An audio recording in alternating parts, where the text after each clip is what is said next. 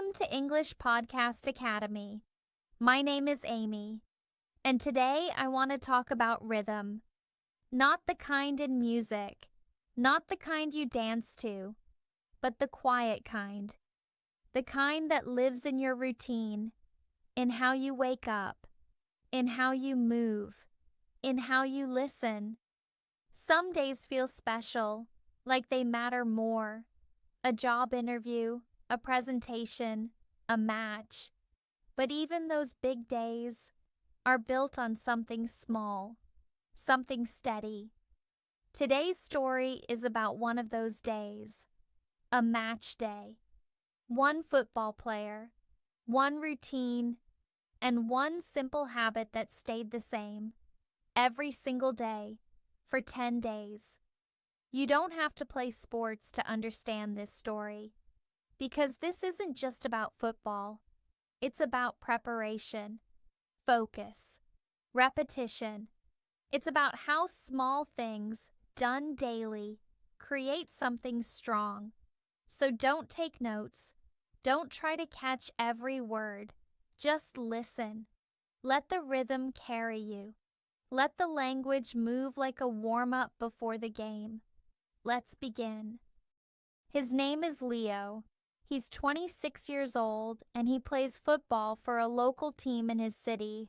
Not a huge stadium, not big headlines, but still, he plays with heart, with focus, with rhythm.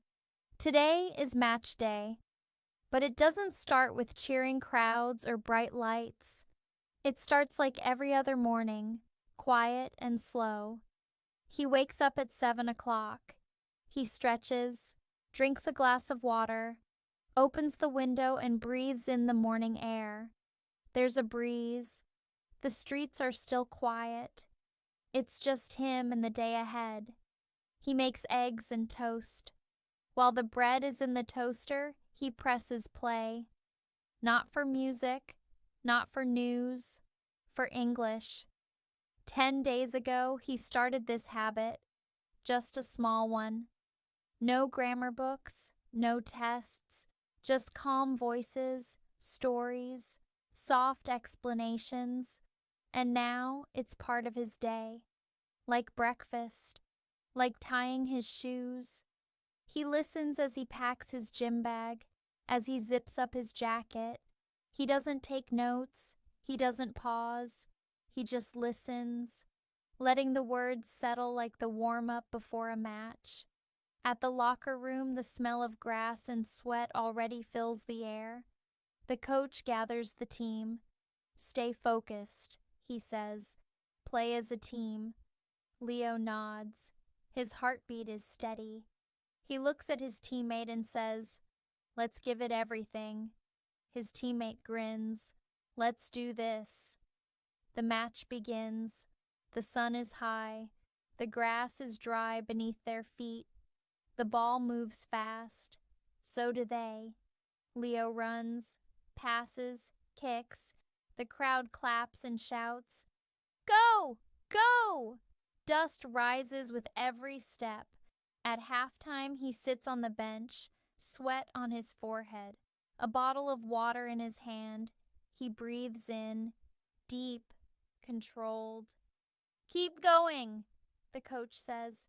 "We're almost there." In the second half, he finds the moment. A quick pass, a turn, a shot, and then a goal. The net shakes. The crowd cheers. His teammates run toward him. They laugh. They high-five. It's a good day. After the match, Leo sits alone in the shower. Eyes closed, water falling gently. He feels tired. He feels happy. That night he eats pasta, slow and quiet. Then he lies on the couch, still in his hoodie.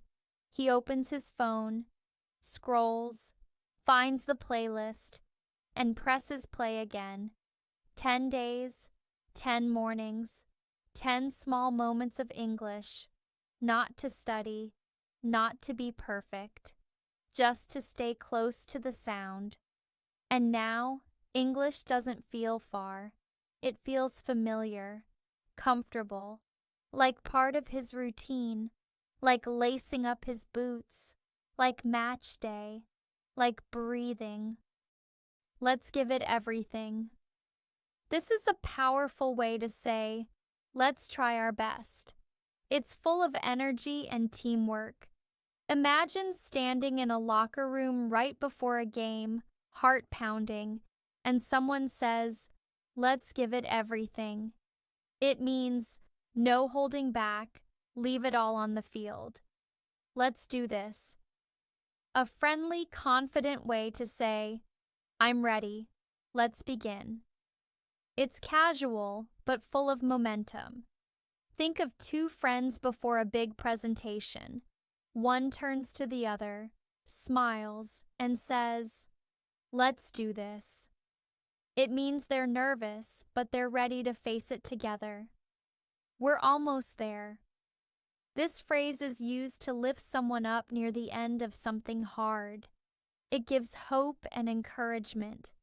Picture someone running the last minutes of a workout or finishing a tough day.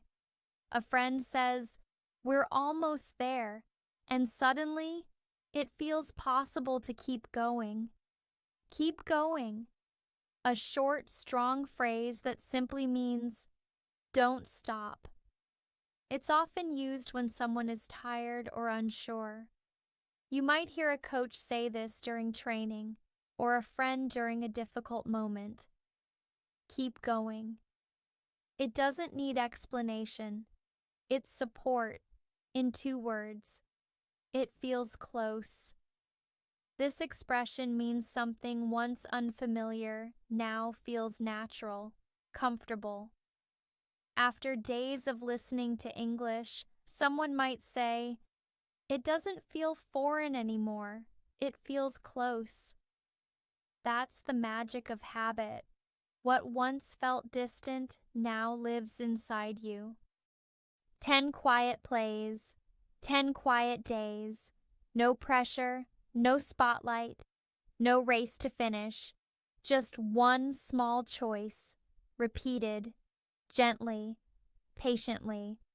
That's all it took to make something new feel natural, not through study, not through rules, but through rhythm, through presence, through listening.